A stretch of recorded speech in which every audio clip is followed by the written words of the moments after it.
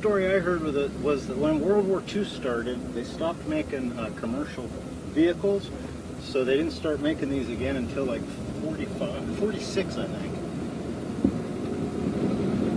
So we got this thing, it was a passenger car, and we painted it up like it was a Admiral's staff car thing.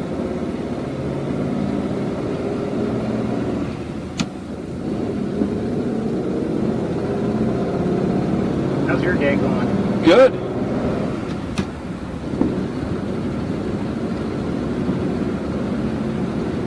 Sure beats my Focus. Well, this one is not dependable. We've tried taking it to parades, and it'll go, and then it'll just die in it. It's a hard one to keep in tune. It's this guy down here. These rich people, they got connections. He does an air show every year, and he has people fly in from all over the place. He asked us to lend him this car, so I wanted to make sure it was running. But I'm going to turn around here. You can see he's already getting planes ready.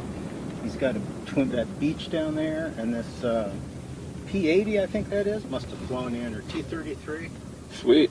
So That's the Electra. he doesn't let me come in the show, but he'll let me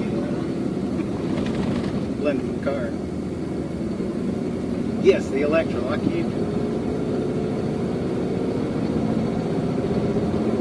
Where are you from? Bakersfield. Okay.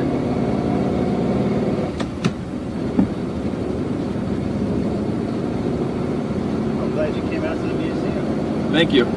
I'm an aircraft spotter, but this is definitely one of the cooler cars I've seen. That's what got me to the museum was airplanes, but I came out with volunteering and they needed somebody to work on cars.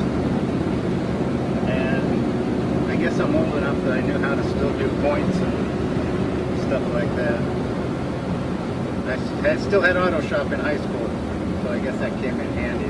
Most of them are Dodges, and they run pretty well, pretty dependable. This thing's surprisingly quick. Yeah. Oh man, yeah, it likes to go. It just isn't. It just I can't count on it.